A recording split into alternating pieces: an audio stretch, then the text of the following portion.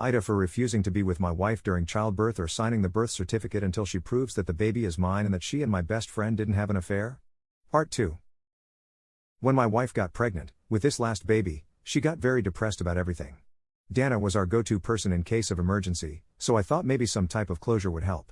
I managed to get Dana's contact information from a friend in common and asked if she would be willing to talk. To my surprise, she was interested. The conversation wasn't what I expected. She called me a flying monkey and said I ought to be ashamed for enabling my wife. She said she was absolutely fed up with Cynthia and that she abandoned the friendship because she got tired of feeling like a tool, always having to do favors and being generally at my wife's service. She said she was unable to share anything because my wife only talked about herself and that my wife failed to even thank her for gifts and other things, but kept raising the bar and asking for more and more stuff from her. Dana mentioned having attempted a slow fade, but my best friend Gary, M48, stepped in, and it put her off tremendously. I didn't know this.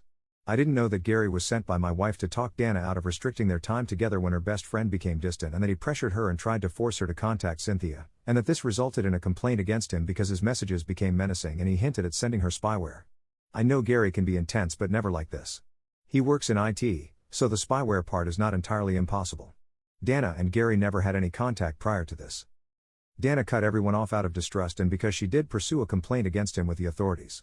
She sent me evidence, the court case number, and receipts. I'm hurt because not only did he get in trouble for trying to help my wife, but he actually got into a serious situation, and it was kept a secret from me.